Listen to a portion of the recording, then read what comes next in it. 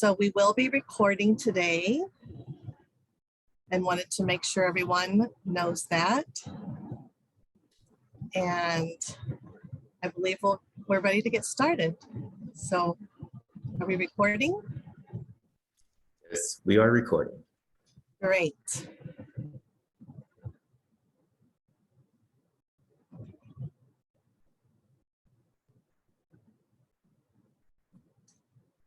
So once again, we are recording, and please be sure your microphone is off unless you're called upon for questions.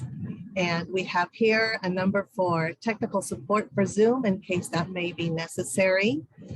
And please do feel free to type any questions you may have in the chat box during the presentation, and we will work together as a team to get those questions answered. After this presentation, the recording will be analyzed and posted to the funding page website.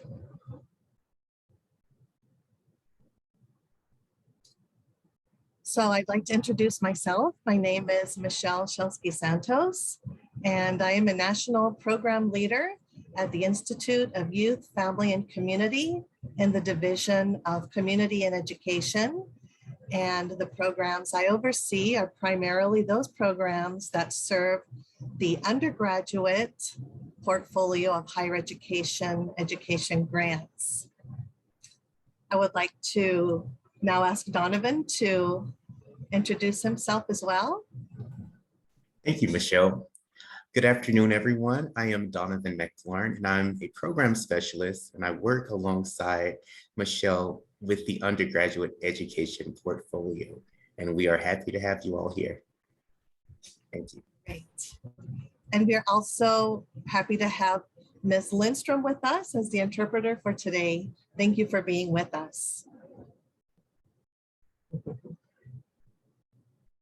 So during this webinar, we will give a brief overview of the National Institute of Food and Agriculture, as well as a program overview of the non-land grant capacity building program for colleges of agriculture, how to apply for this grant, and give you some details on the request for applications, or that RFA, go over the evaluation process, and give you a few tips for writing those successful proposals. So first, the NIFA overview. NIFA is the lead federal agency responsible for extramural funding for food and agricultural sciences and belongs to the U.S. Department of Agriculture. Our mission is to invest in and advance agricultural research, education, and extension, or outreach, to solve societal challenges, with a vision to catalyze transformative discoveries, education, and engagement to address those challenges facing agriculture. Our fiscal year 2022 budget for the entire institute was close to $2 billion, and we're awaiting appropriations for fiscal year 23, but are hoping that we will match or exceed this amount. You can see here a variety of topics covered by the range of NIFA programs that we offer. The program we will be discussing today falls under education, where we focus on underserved students. Many of the institutions are minority serving, but not all. We focus on teaching and learning and workforce development. But you can also see under the other bullets that we address everything from food science and nutrition security to plants, farming, ranching, natural resources, and economics and advanced technologies. Here we have a variety of resources that you can visit, and you can subscribe to the newsletter here, look at the calendar of events as well, visit the blog. And if you're looking for a specific funding opportunity, there's another website, as well as the calendar for the publication of the requests for application for each program, and a flow chart for the competitive grants programs. In addition, there are other application resources, including those on how to submit a grant or getting an idea of what successfully funded proposals are like in our CRISP system.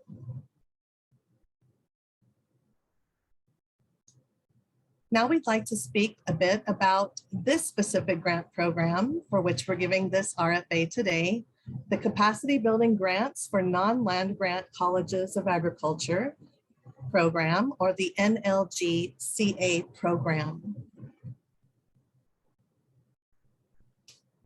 This program has its authorization in the legislature to assist appropriately certified non-land grant colleges of agriculture in maintaining and expanding their capacity to do education, research, and outreach extension activities in the food and agriculture, renewable resources, and similar sciences. We're happy to say that the RFA for fiscal year 2023 has been released and is available for your viewing at this web link.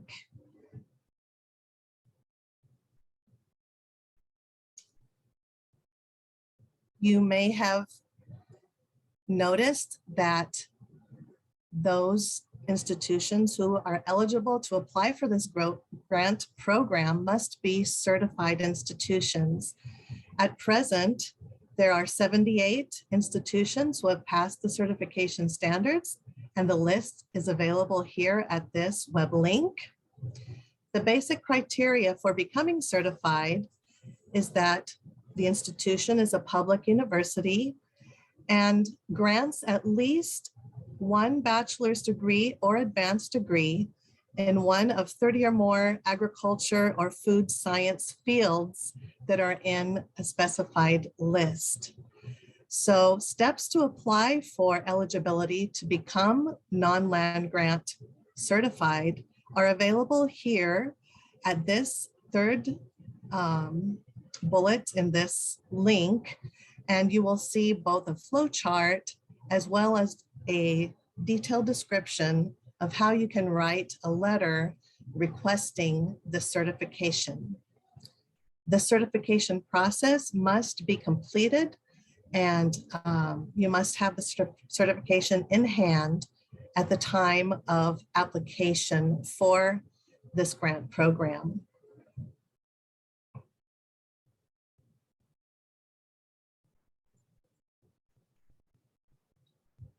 So you can get an idea of how many awards have been made in the last few years and the amount of funds that were appropriated. We have some data that Donaven pulled from 2018 through 2022.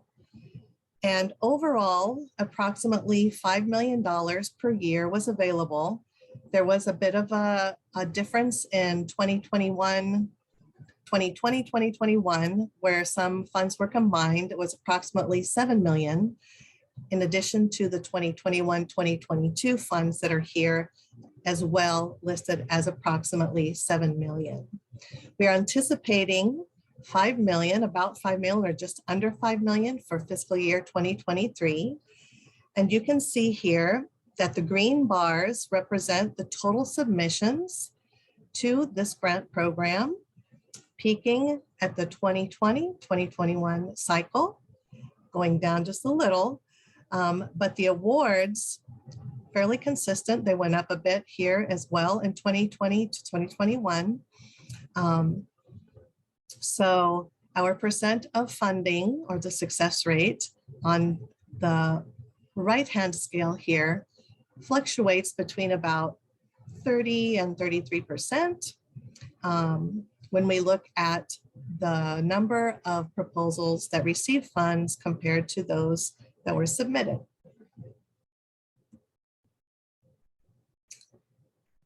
Our specific program goals for the NLGCA grant program is to maintain and expand capacity to successfully compete for funds from federal grants and other sources.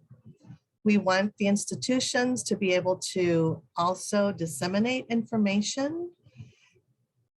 We also encourage members of the broader agriculture and food science communities to participate in those education, research, and outreach activities to translate that science down to the community level.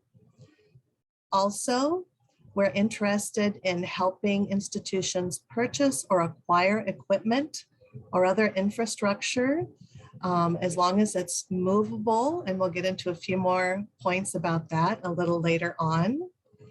Also, this program supports faculty development in new and upcoming technologies and provides also ways to establish graduate assistantships. So we're interested in a variety of areas in this program. Our priorities for the NLGCA program are receiving applications that address the national challenge to increase the number and diversity of students entering the food and agricultural related sciences, technology, engineering, and mathematics disciplines. So we're really interested in reaching underserved students in the STEM disciplines, and also in building linkages and collaborative relationships with other institutions, including other universities, perhaps units of state government or the private sector, to have a significant ongoing commitment to the food and agricultural sciences and resolving those challenges that face our current society. As you can see here, we have 4 different project types, and these project types encompass education, research, extension or outreach, or maybe an integrated project that combines 2 or more of the former 3. So an integrated project may be a combination of education and research, or it may be a combination of research and extension, or basically any combination you can think of, or even include all 3. In terms of education, it can be focused on curricular design, materials development, acquisition of library resources, or improving instruction delivery systems. It could be used for scientific instrumentation for teaching, as well as for student engaged research. It could be focused on recruitment, retention of students, and also educational equity. These projects could focus on experiential learning, have professional development for faculty, and also work on collaborative interactions with other institutions. Passing over to research, these could be a variety of different studies and experimentation in food and agricultural sciences, or they could be applied studies in the same sciences, or could focus more on centralized research support systems and data sciences. In outreach or extension, this could focus on youth development activities, which may include 4-H, food and agricultural sciences, leadership development, natural resources, human, family, and consumer sciences, or community and economic development, including rural development. Integrated projects, as I mentioned, could be a combination of several of these former projects and purposes, and we would love to see students actively engaged in contributing to presentations, articles, posters, and expressions of scholarship that reflect their work and also give them opportunities for growth and leadership.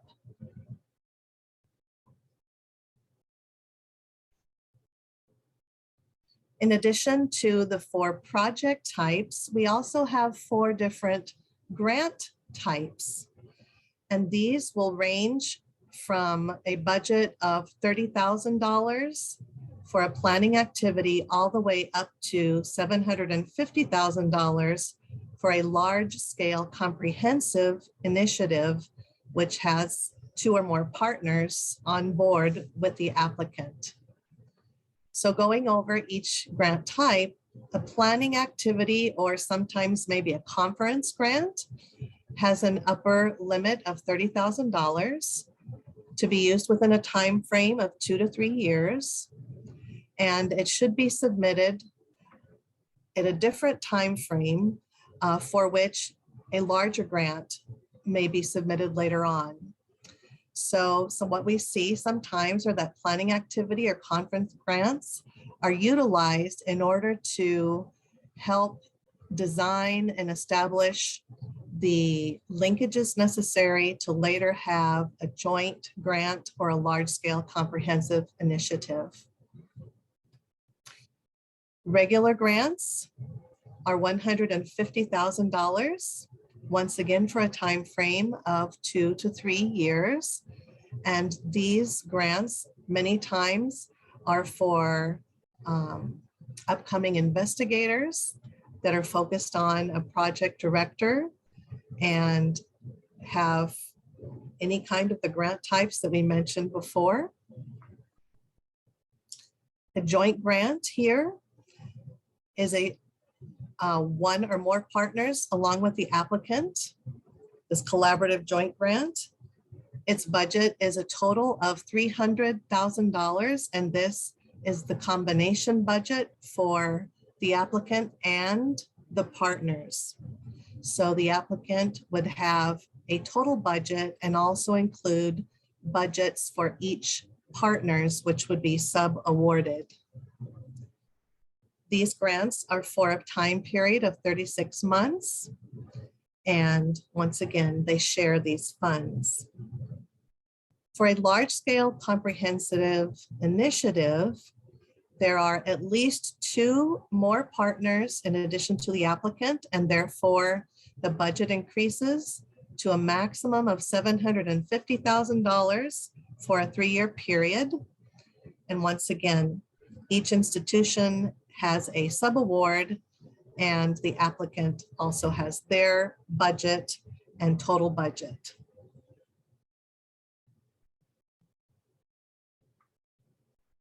Some key information to remember when applying for this grant. The program code name is NLGCA that you can see here, which is an acronym for the Non-Land Grant Colleges of Agriculture grant programs. We anticipate a little under $5 million, about $4.8 million in fiscal year 2023. The code of federal domestic assistance, or I believe now the ALN, is 10.326. Once again, those 4 project types: research, education, extension, or integrated, and should be clear on the proposal. The duration between 24 and 36 months for the planning or standard grants, and 36 months for the collaborative joint grants or large-scale comprehensive initiatives. The maximum number of awards that would be made to any one institution is 2. An institution may submit more than 2 awards, but the possibilities of being awarded these projects would just be a maximum of 2 per institution. And once again, the 4 different amounts are listed here: $30,000 for the planning or conference grant, all the way up to $750,000 for the collaborative large-scale initiative. The application deadline is December 1st, 2022 at 5 p.m. Eastern Standard Time. Please do try to work with your institution to get these grants in a day or so before, just in case you come into any problems with technology, so that we'll be sure that your information is received on time. Here is another, or throughout some of these slides you've been seeing, there have been these small little boxes, maybe sometimes available or visible and maybe sometimes not, showing the page of the request for application on which this information can be found and referenced forthcoming. Now I'm going to turn the talk over to Donaven to explain a little more about application for NIFA grants and the contents of the NLGCA application. Donaven? Yes, thank you very much, Michelle. And I see that we do have a question in the chat. Did we want to take a moment to address that one now? Sure. All right, the question. All right, the question is regarding, so we have a maximum of 2 grants per institution. Does it mean any of those 4 types of grants? And the answer is yes. So whether it's a planning or a standard, planning and a standard, or planning and a joint, or planning and LCI. So 2 maximum grants. Yes. Right. We have another question. Can we include non-NLGCA institutions as a partner? Yes. Yes. Yes, definitely so. And I'm glad that someone asked that, because you may remember that I mentioned 4-H or extension programs, which are commonly found among land grant universities instead of non-land grant universities. So that's a great example of being able to partner with another institution that has, for example, a youth development focused program, and you want to maybe establish some kind of a pipeline to bring students in. You use your creativity, but you may also partner with community colleges and others who would not qualify to be a primary applicant, but they can be a collaborator. Thank you. And a similar question we've already answered says, when multiple collaborators are involved in a joint grant, if the PI is at an NLGCA, do the other partners need to be NLGCA certified? And yeah, the answer is no. We just need that lead institution, that primary project director, to be from the NLGCA certified institution. Yes. Wonderful. Right. Well, thank you for those questions. Yes. All right. And all continue. right, Donaven. Thank you. Well, next slide, please. All right, applying for NIFA grants and some more details about the NLGCA application. So when we're applying for these NIFA grants, we first need to confirm that the organization is registered in grants.gov and has their system for award management set up. Now, if you're a first-time applicant, this process could take months. So we encourage you to start that process if you are new. Also, please be sure to follow the application instructions and submit requirements that can be found in the RFA, specifically Part 4, as well as the NIFA grants.gov application guide. This is a great resource that provides additional details and support as you're navigating this process. Now, important, to be considered for funding, all of required forms must be submitted as part of a complete application package. Now, your application will not be considered if all required forms are not submitted together. And these forms are submitted through grants.gov. I'll provide some details of how you obtain those forms in a moment. And also, very important here is that all documents must be submitted in PDF format. If it's not in a PDF format and it's, for example, in a Word document, it doesn't translate well as our systems communicate with each other. So please ensure that the documents are in PDF format. All right, so when we're applying for NIFA grants, getting back to the aspect of if you're a first-time applicant, grants.gov requires a DUNS and a SAM identification. So that is a unique number associated with your organization. And also that's along the lines of getting the credentials for your system for awards management. And again, this process may take a few months, so we encourage you to do this sooner rather than later. And as it relates to this specific opportunity, capacity building grants for non-land grant colleges of agriculture, when you click on the web link, the URL that brings you to this funding opportunity, you'll see highlighted in yellow is the apply for grant.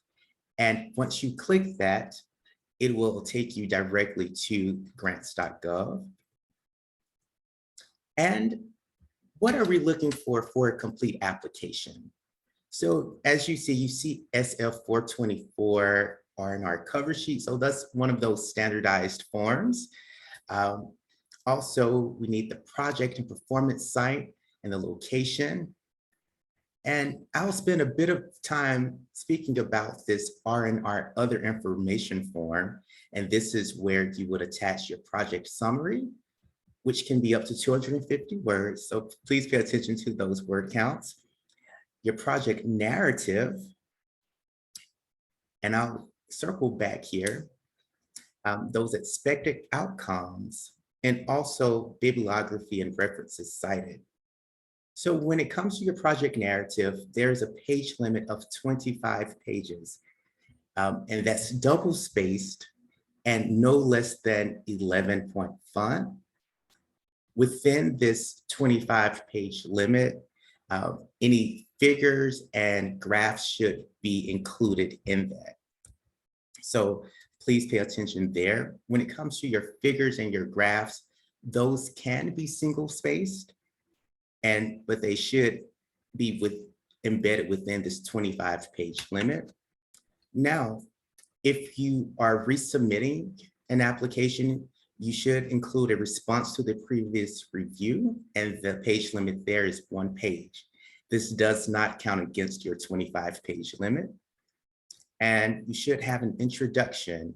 You should have those objectives clearly outlined along with the methods that you plan to employ to carry out your project. It's also great to have your project timetable and an evaluation plan, and also the logic model, which is often very, very helpful for both you, the applicant, as well as the reviewers. So in addition to what I've mentioned already, we do need to see the senior and key personnel involved with the project, along with personal data. We need to ensure that you have your budget there, clearly outlined for each of your budget periods. So whether you have a 24-month or 36-month project, we need to see that clearly delineated by each year. And also, there should be a budget narrative. So the NLGCA program does not have a matching requirement. And per NIFA's new guidelines, all projects must include the data management plan. We ask that you clearly label it as data management plan and attach it with your application. Also, there is room for supplemental information. So this may include your letters of support and other associated documents that you feel may strengthen your application. And you can find these details within the RFA between pages 19 and 25.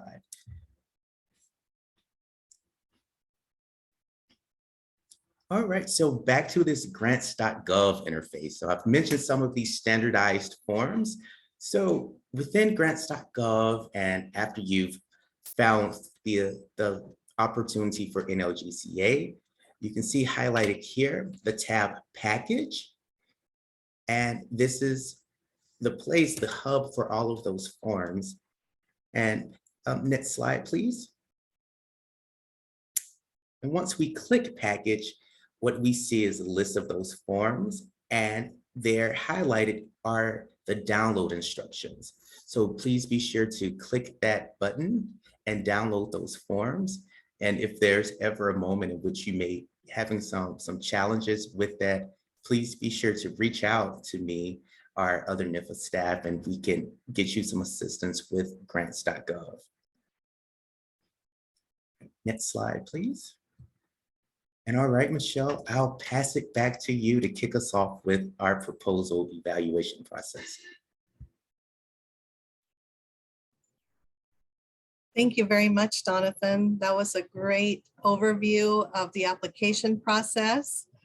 And now getting into some of the evaluation points, we want to make sure everyone is aware of them so that you can make a proposal that is going to really wow the review team.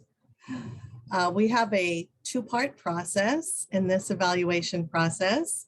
The first one has to do with screening those applications that you submit through grants.gov to make sure that all of the required forms were included and that you meet the administrative requirements that are set forth in the request for applications.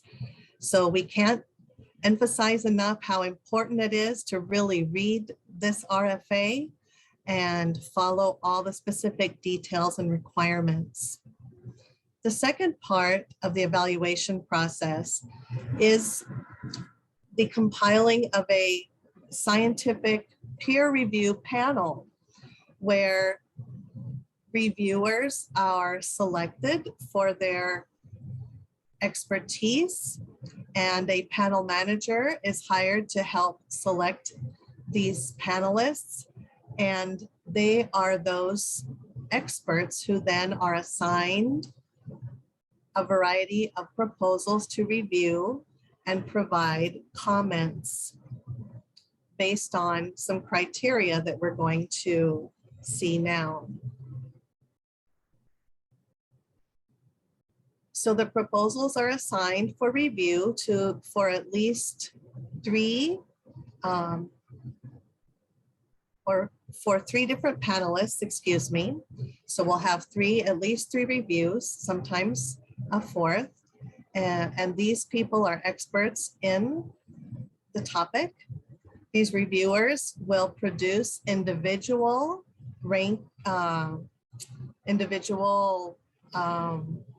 scores for the proposal, evaluating both strengths and weaknesses of each project. Then these written reviews are used to begin a panel discussion where all of the panelists are congregated together and discuss these proposals and come to a final score and ranking. We move this over, Greg. I hope nobody gets dizzy there. So through these discussions, the panelists come to a consensus and define a final rating and ranking of the proposals.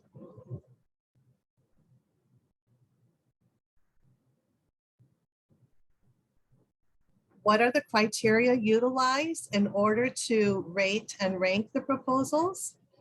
These are the key evaluation criteria here that can be found on page 27 of the RFA. The first is the potential for advancing quality of education and the significance of the problem. Here, we would like you to really identify the need. What is happening? What is the societal challenge? What is the need of your institution or the need in your area of expertise? The second one, how do you propose to address this and what cooperative linkages are necessary and are you utilizing?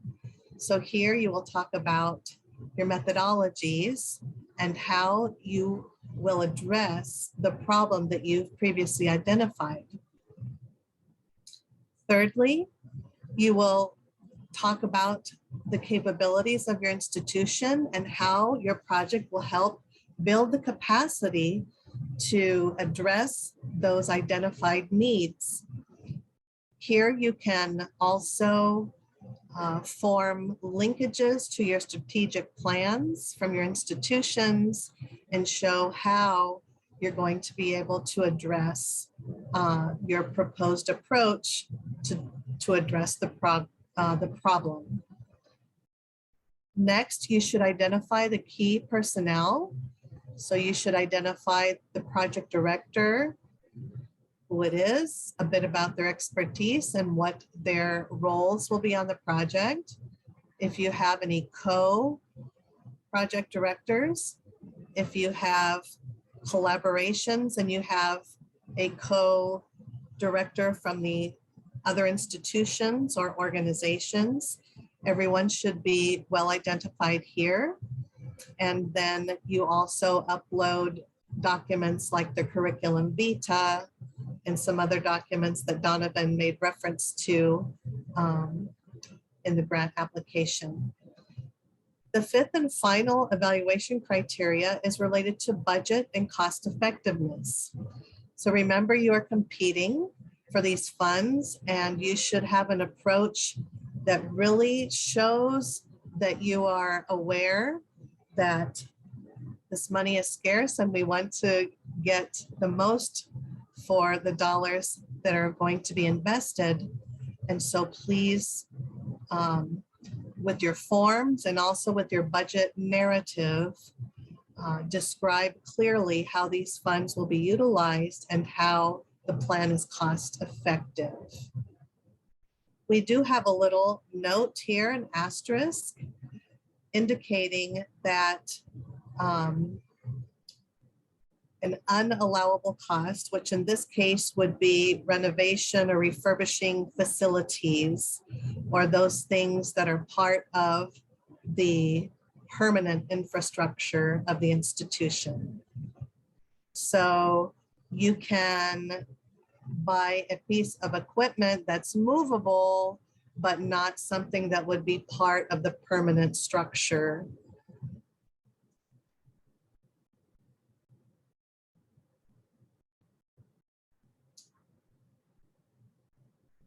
Donaven, did you have anything to add with the former slides before we move on, or are there any questions? Yes, we have two questions in the chat. If we have time to, let's address those. All right. So there's a question that if one includes the support of a postdoc and joint grant, would that be negative? Would that be negatively affected during the evaluation? So would it be negative to include a postdoc for a joint grant? I think that what you really need to focus in on is justifying the need for the postdoc and how that postdoc is really necessary to be able to address the needs that you identify under education, under research, under outreach, or in the integrated project. So a postdoc is not an unallowable cost. So you could have a postdoc, but once again, please think about justifying within the realms of cost effectiveness and reaching as many students as possible also with these funds, because it is competitive. So you will be evaluated, the panel would evaluate your project against all those that are submitted for the cost effectiveness of the total budget. All right, and we have one more question. Well, we have a few more. Does the logic model count towards the 25 pages?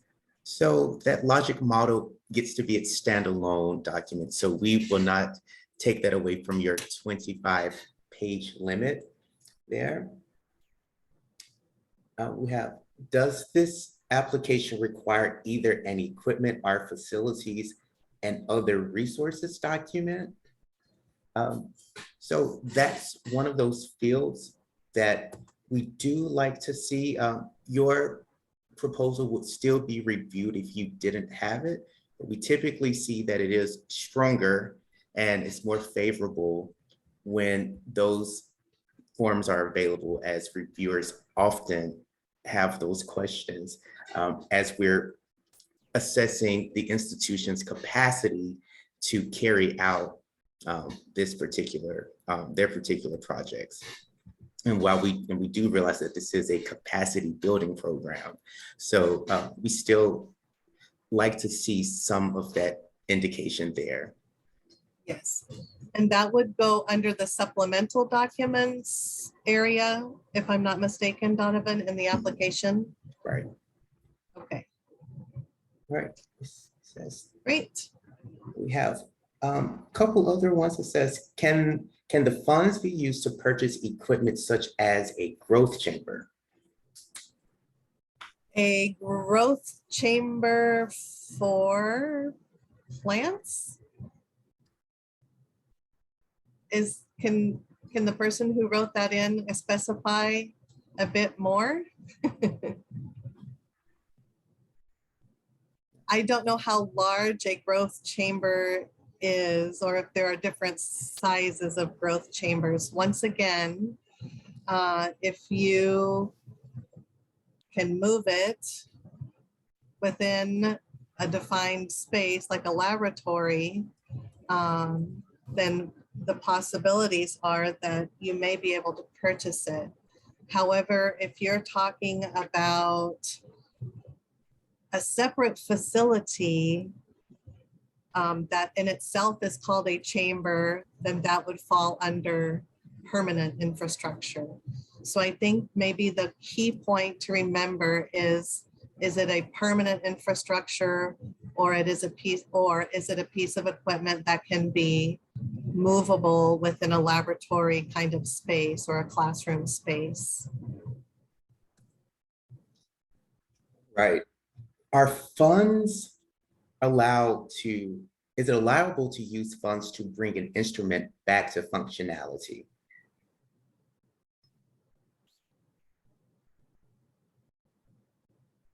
I do believe so. I would check on some terms and conditions to make sure, but I do believe that equipment maintenance, once again, if it's a piece of instrumentation, it may be allowable, but let's leave that one kind of in the air, and I will definitely get back to you. So please leave your contact information related to that comment so that I can double check on that. Thank you for that question. All right, and we have here, what is the purpose of a planning grant?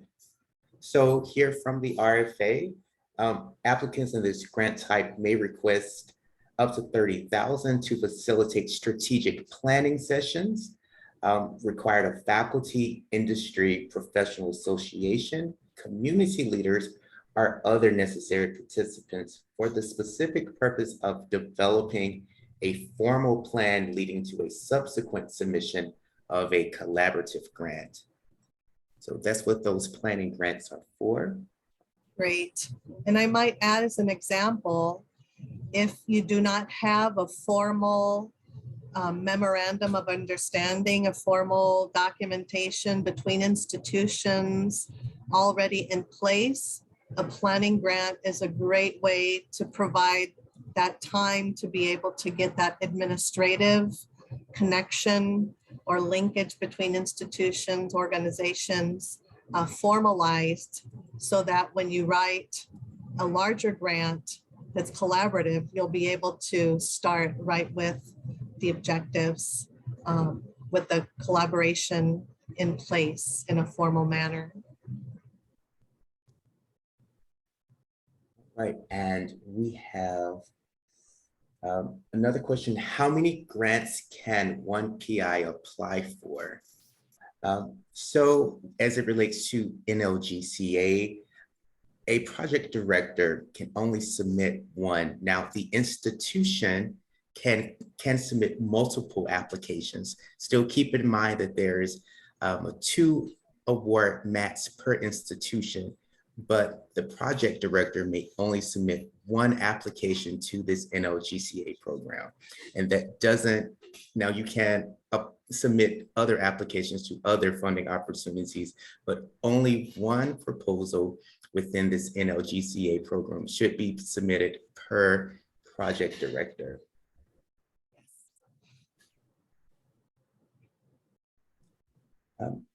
We have 2 more questions. It says, does the 2 grants per institution apply only to project director institution or also co-PD institutions? So once again, only that related to the lead institution.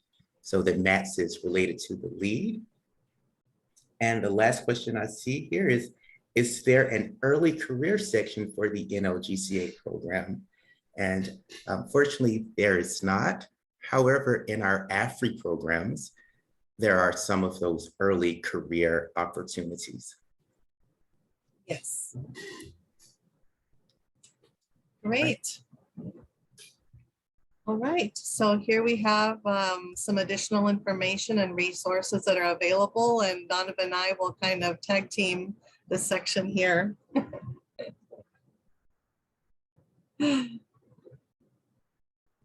All righty, move this over to the side really quickly.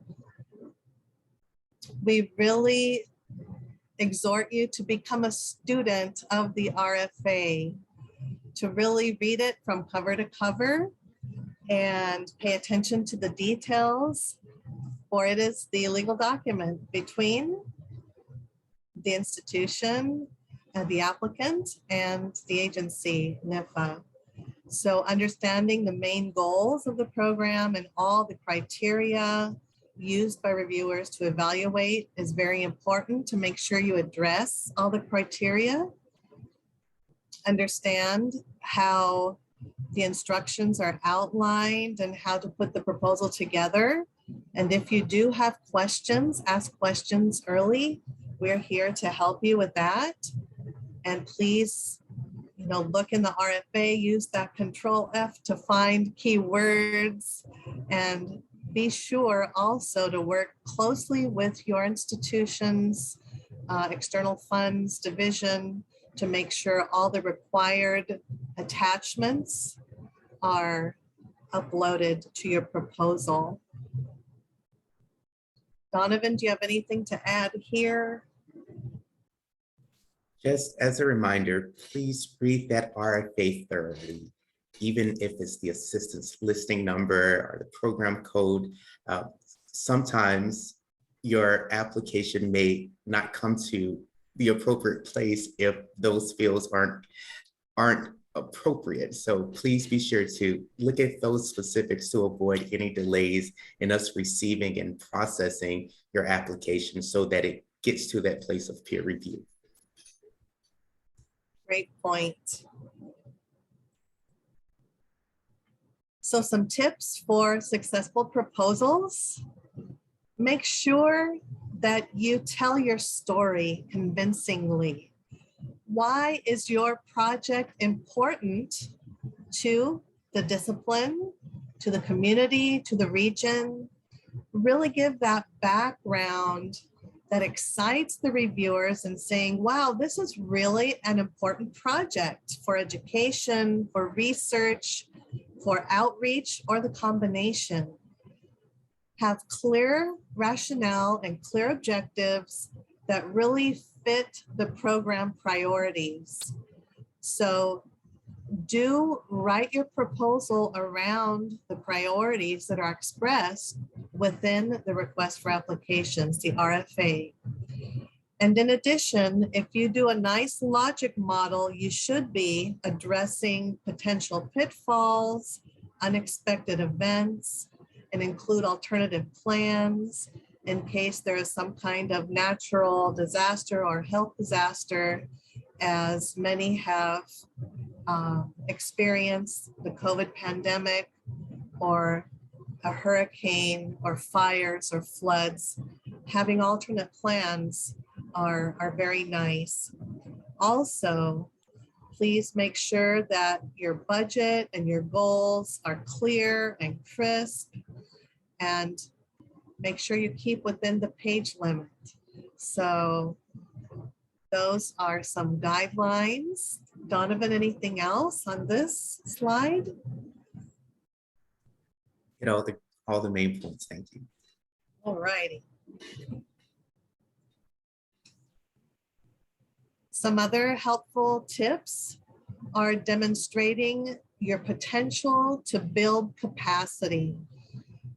How is your project really investing in the future of your institution to be able to continue use of a curriculum, of a research agenda, of instrumentation, of a model that takes science to the community, that capacity building and continuation plans, and also demonstrating how important it is to your institution and the contributions that your project will really make to keep food and agricultural sciences and addressing our societal challenges a priority at your institution.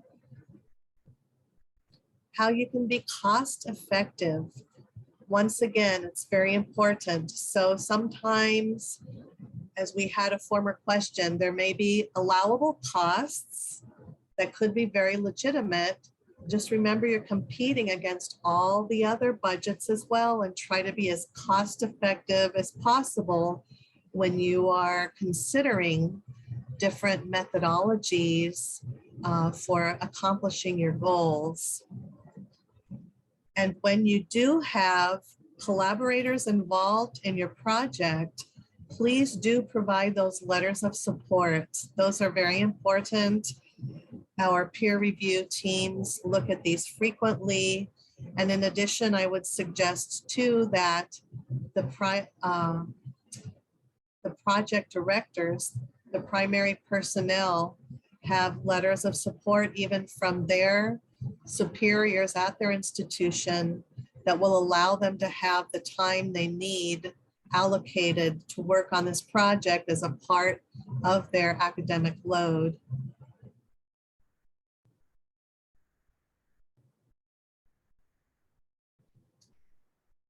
Once again, those clearly defined goals related to one or more of these project types: education, research, outreach, or integrated.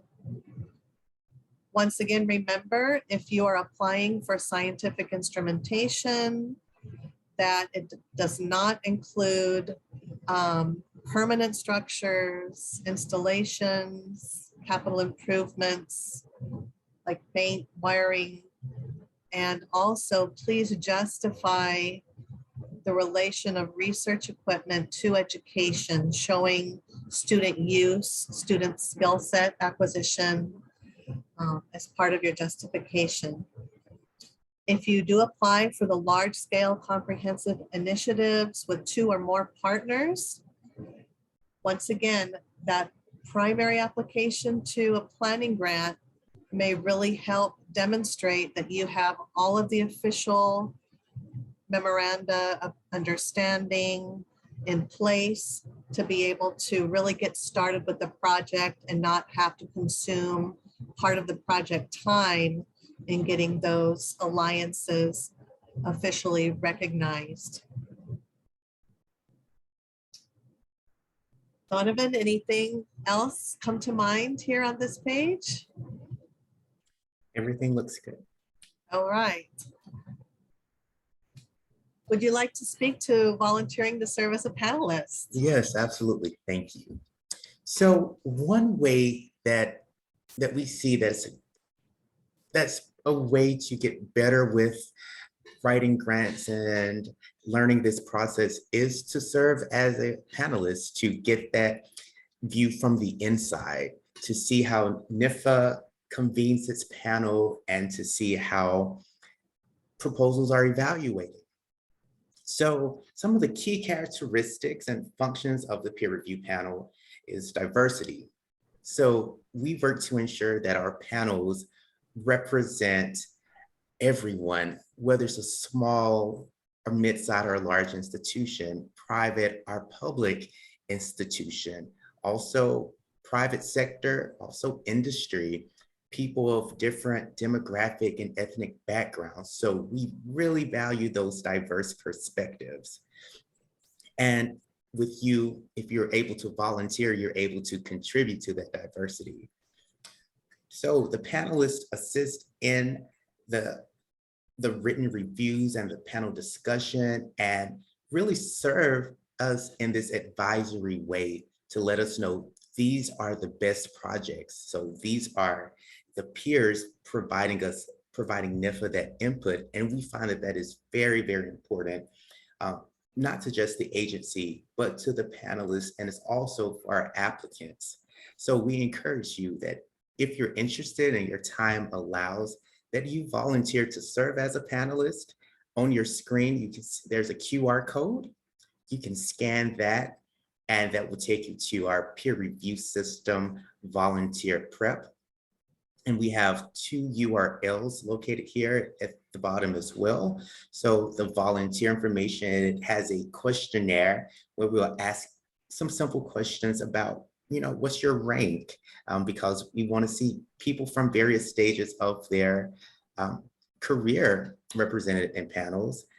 And also there's the panelist information, which provides an overview of what it's like to be a NIFA panelist. So we encourage you, if you have not signed up already, please do, and please lend us your expertise. And as you do that, we learn from each other, and we hope that that further strengthens your grant writing abilities and further fosters your interest in our NIFA funding opportunities.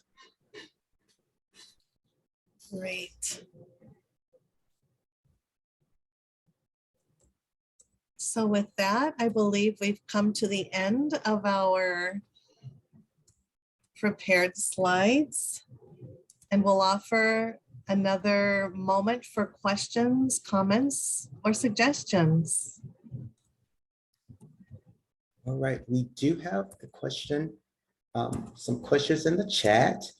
Okay. All right. So I know the URLs were difficult to see, so I have put those in the chat. Thank you. Yes, and there will be a link to the recording and the PowerPoint as well. So I'll be sure to send everything out to all of you all as registered participants. In addition, all of the slides and this recording will be available on NIFA's website, and I can get that link as well to show you where that'll be. Great.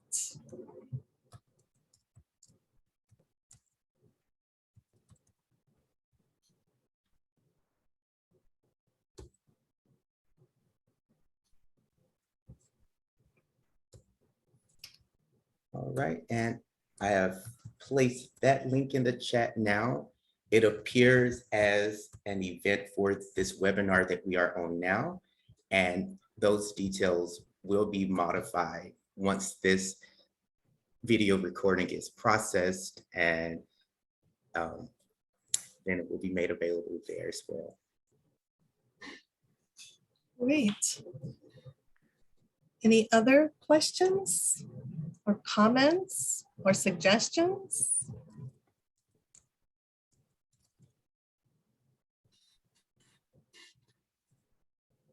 We want to extend our thanks to all of you for taking this time out of your busy days to learn more about the NLGCA Capacity Building Grants Program. And we really do look forward to hearing more from you and receiving your proposals. Please do feel free to reach out with any additional questions. Donaven and I are more than happy to answer them to the best of our abilities. Thank you very much. Great, thank you. We just want to remind you as well that the USDA is an equal opportunity provider, employer, and lender. And in accordance with federal and USDA civil rights law, we are prohibited from discriminating based on all of the details here in this first paragraph. And we are working hard to provide persons with disabilities with the accommodations they need to be able to participate and understand. So if anybody needed to file a complaint, we have here contact information, emails, and telephone numbers and address in case that were necessary. But once again, thank you so much for being with us. And we're looking forward to hearing more from you very soon.